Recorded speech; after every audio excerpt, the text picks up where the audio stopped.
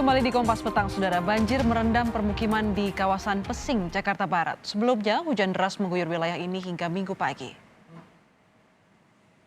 Salah satu wilayah terdampak banjir adalah kawasan Pesing Koneng di Kedoya Utara. Tidak berfungsinya saluran pembuangan air memperparah banjir yang mencapai 50 cm dan merendam hingga ke dalam rumah warga.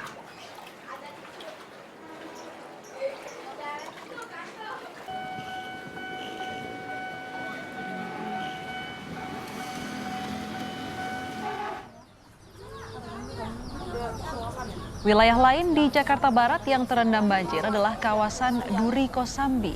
Sejak Minggu pagi, banjir merendam permukiman dan belum surut karena saluran air yang tersumbat sampah.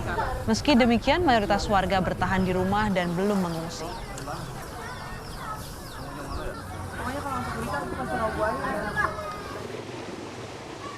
Banjir juga merendam permukiman di Cilincing, Jakarta Utara. Aliran Kali Cakung yang berada di kawasan itu meluap dan tidak mengalir karena saluran drainase tersumbat. Mayoritas warga bertahan di lantai 2 rumah mereka menunggu banjir surut. Anggota Polres Metro Jakarta Utara disiagakan untuk mengevakuasi warga jika ketinggian banjir bertambah. Ibu mengungsi di lantai 2, Bu, ya? Kami tetap standby di lokasi untuk mengantisipasi bila terjadi kenaikan permukaan air. Kami akan laksanakan evakuasi, tentu saja dengan memperdomani protokol kesehatan untuk penanganan COVID-19. Baik, saat ini belum ada dievakuasi, Pak, karena Belum masih ada, karena tadi pagi memang sedikit naik, kemudian sekarang sudah surut.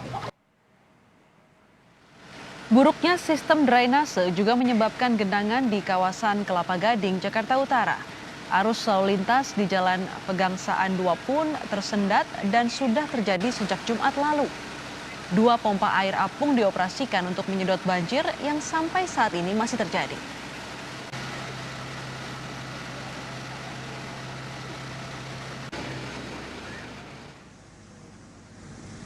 Banjir juga merendam tempat pemakaman umum TPU Karet Bifak, Jakarta Pusat. Pemadam kebakaran dikerahkan untuk menyedot banjir setinggi 25 cm menggunakan mesin pompa.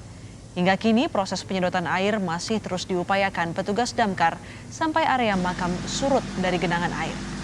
Selanjutnya, pompa disiagakan di area makam untuk mencegah banjir kembali terjadi.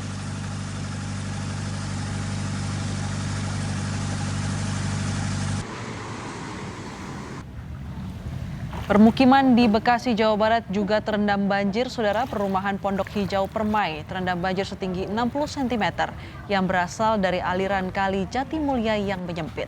Warga pun mengoperasikan 7 pompa air untuk menyedot banjir. Kelurahan setempat menyiagakan petugas dibantu warga mengantisipasi banjir yang berpotensi kembali terjadi seiring curah hujan yang tinggi. Kita melakukan upaya-upaya ya seperti kita bisa diselesaikan sendiri gitu kan, kita kantong-kantong sampah kita tarik, kita angkat gitu kan, artinya air cepat turun. Tentunya di sini juga tentu kita ada permasalahan dengan Jatimulya. Di sana kita ada jaring pembatas antara Pengasinan dengan Jatimulya ya. Itu mungkin sampah akan tertumpuk di situ. Tapi kita tetap eksis, kita berupaya dengan tim pematusan. Tiap hari kita kontrol terus artinya untuk minimalisasi banjir. Banjir juga terjadi di Tangerang, Banten. Tanggul Sungai Karugak jebol sehingga aliran yang merendam permukiman di Desa Kedung, Kecamatan Kresek. 46 keluarga dilaporkan menjadi korban dan akses jalan antar desa terganggu. Sukarelawan setempat siaga menyediakan perahu dan mendirikan dapur umum untuk korban banjir. Beserta tim Tagana yang lainnya. Puluhan orang di perumahan Purwasari Regency, Karawang, Jawa Barat terjebak banjir di rumahnya. Tim SAR harus menggunakan perahu karet untuk bisa mengevakuasi warga dari rumah masing-masing. Ibu-ibu, anak, dan lansia jadi prioritas evakuasi tim SAR. Di perumahan ini banjir semakin tinggi pada Minggu sore hingga mencapai 1,5 meter. Hujan deras sepanjang hari Minggu membuat air di Sungai Cikarang meluap dan merendam ribuan rumah warga di 5 kecamatan. Ini udah ikut evakuasi ya.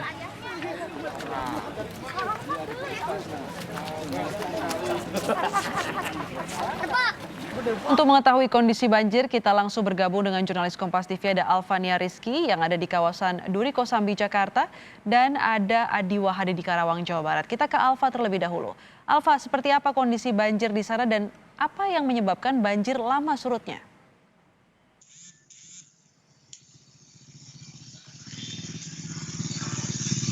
Tepatnya ini di RT 4 RW 4 ini masih banjir merendam permukiman warga yang berada di sini, dan menurut keterangannya bahwa permukiman warga yang terendam di sini sekitar ada 6 RT dari RT 4 sampai RT 10, artinya cukup banyak begitu. Dan banjir ini sudah terjadi sejak pukul 2 dini hari tadi karena intensitas hujan juga turun cukup tinggi pada sekitar pukul setengah 12 malam tadi.